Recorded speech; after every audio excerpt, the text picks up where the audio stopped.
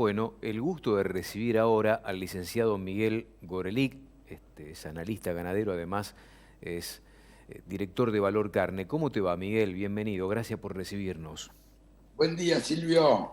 Bien, por suerte. ¿Y a vos? Gracias a Dios muy bien también, Miguel, evaluando un poquito toda esta dinámica de conflicto que vivimos en la Argentina ganadera por estas horas. ¿Qué análisis haces ya a esta altura de las circunstancias, con muchas propuestas que han tenido como respuesta el frontón de parte del gobierno? Hay una nueva ahora sobre la mesa de los funcionarios, habrá que ver qué definen en el transcurso de las próximas horas. ¿Qué estás analizando, Miguel, a todo esto? Eh, es difícil hacer un análisis porque me parece que acá no están en juego solamente cosas objetivas y donde uno toque una variable y sepa cuál es el resultado que espera.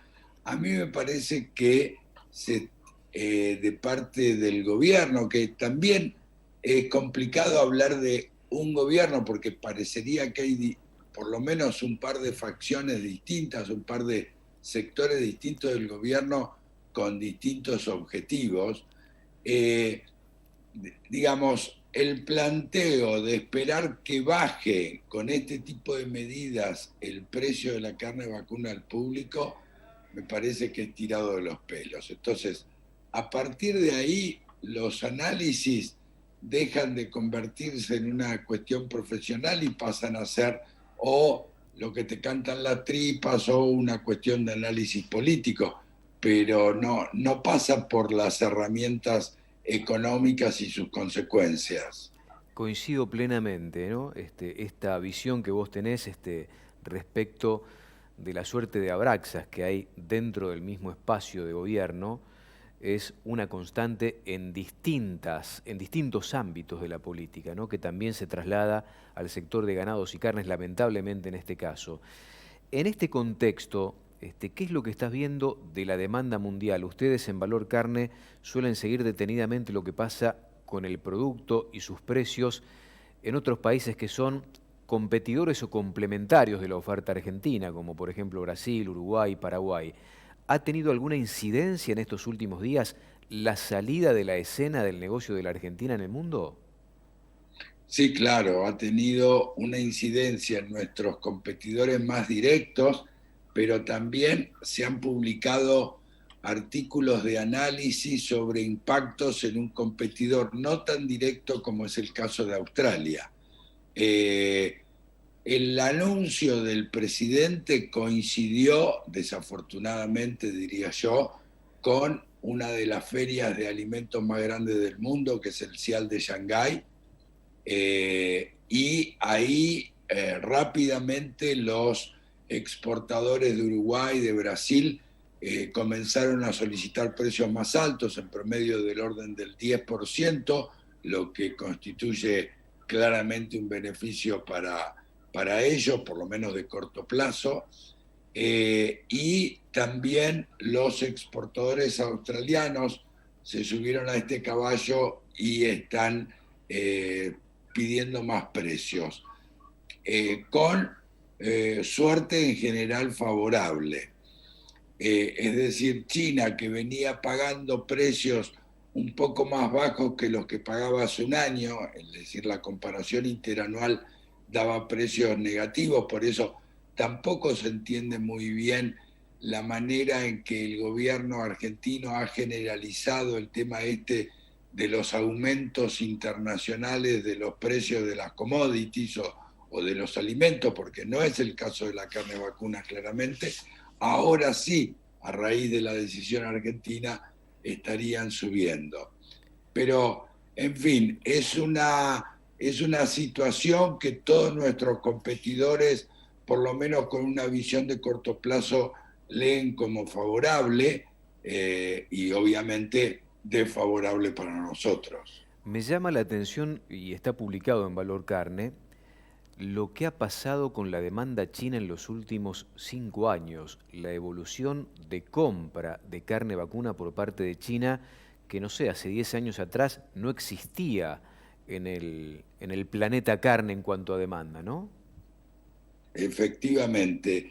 De todas maneras, una reflexión que yo siempre hacía, aún antes de esta irrupción de China en el mercado mundial, era que antes de aquella época, como vos bien señalás, que China empieza a hacerse notar en el mercado internacional como importador a partir del año 2011-2012 y fue creciendo muy rápidamente, pero inclusive antes de esta época, China tenía un consumo más o menos del orden entre los 4 y 5 kilos por habitante y por año, que es la mitad de lo que un país en ese momento y actualmente también enormemente más rico como Japón estaba en el orden de los 10 kilos y los europeos 15. Es decir, mi reflexión era, este es un mercado muy interesante porque con el bajo ingreso per cápita que tienen,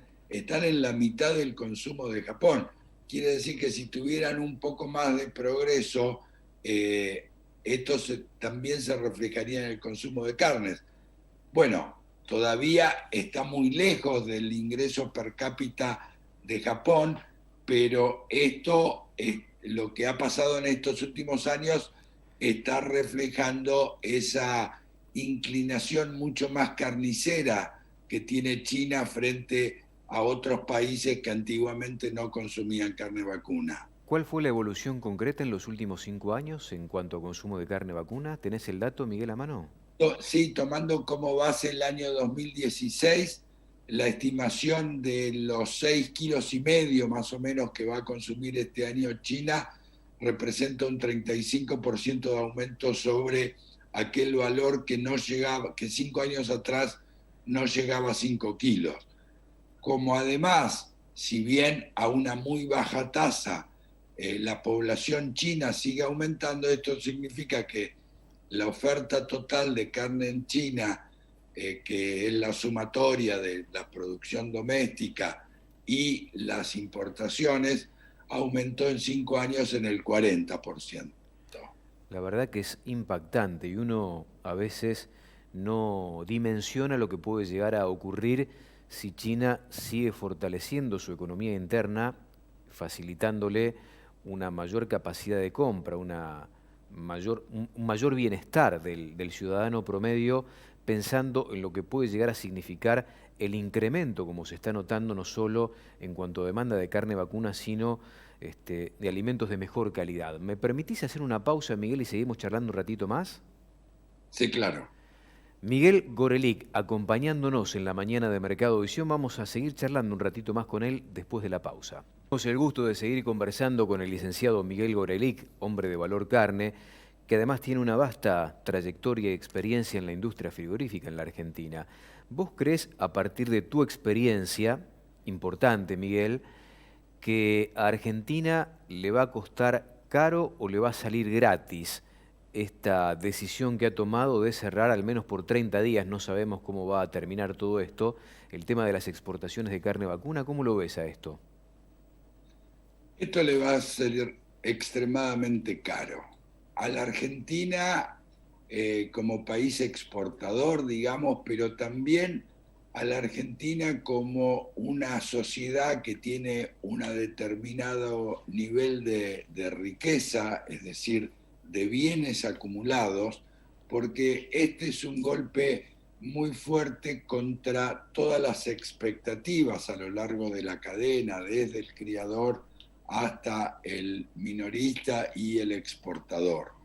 Entonces, minar esta confianza, aunque la medida se diera vuelta dentro de 20 días, 30 días, me parece que ya esto es un golpe y esto indica, desde mi punto de vista, que hay mucha más probabilidad de que, de que esta cantidad de bienes que acumula el sector, repito, a todo lo largo de la cadena, tenga más tendencia a disminuir que a crecer. Entonces, esto es un costo fenomenal. Pero además está el costo del prestigio como proveedor confiable, que está siendo violado por segunda vez en solamente 15 años. Y si bien nos pudimos recuperar después de los primeros 10 años de un fuerte control del comercio exterior en carnes y de esta pérdida de la posición de proveedor confiable, nos pudimos recuperar relativamente bastante bien. En esta segunda oportunidad va a ser mucho más difícil.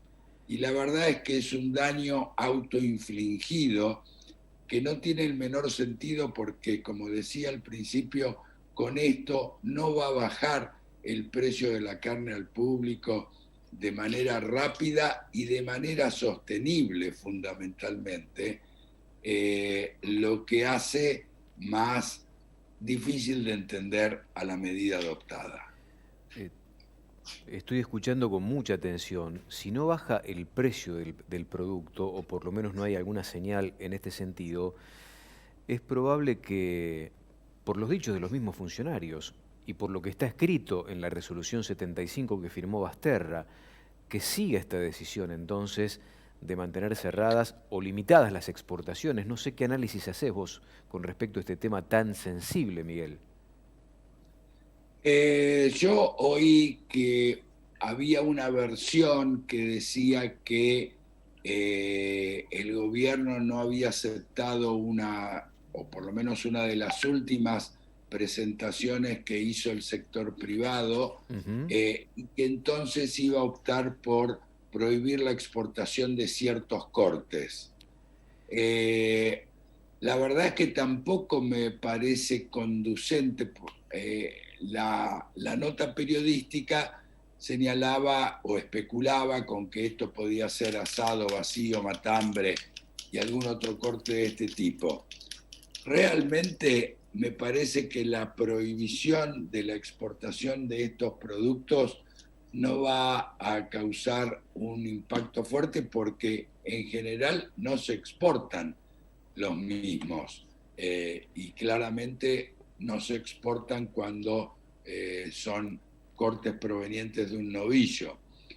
Eh, entonces, de nuevo, hago agua porque no puedo analizar esto porque la información disponible no alcanza y a uno le parece que los objetivos y las herramientas propuestas del lado del gobierno para alcanzarlos son bastante contrapuestos. Sí, totalmente. Por lo tanto, los hace ciertamente irracionales, ¿no? Cuando uno empieza a analizar el fondo de la cuestión, no puede llegar a entender por qué nos provocamos esto. La última propuesta, alcanzada ayer por el consorcio ABC, lo comentó esta mañana Mario Ravetino, incluye algunos temas que no puede revelar todavía hasta tanto no haya una devolución. Se especula con que hoy al mediodía va a haber una respuesta de parte del Ministerio de la Producción, de la Secretaría de Comercio en particular, que parece ser la que tiene la voz más fuerte en todo esto.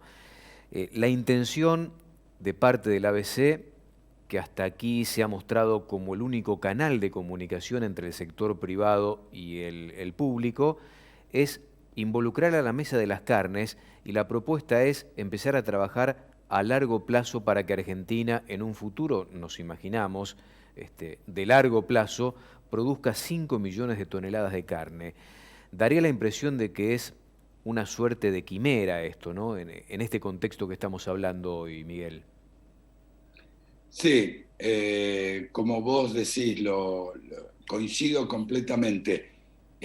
Lo que llama la atención es que me parece que desde el sector público o desde el sector político para involucrar, son contadas las personas que parecerían que están mirando a largo plazo. Entonces, realmente que de la boca para afuera se diga que va a haber un plan para 5 años, me parece que no hay nadie en el sector público demasiado preocupado por este asunto. Miguel, te agradezco como siempre estos minutos que nos das la posibilidad de absorber con mucho interés aquí en la mañana de Mercado Edición por Canal Rural. Un fuerte abrazo y lo mejor para vos. sos demasiado gentil, Silvia. Te No, mando un abrazo.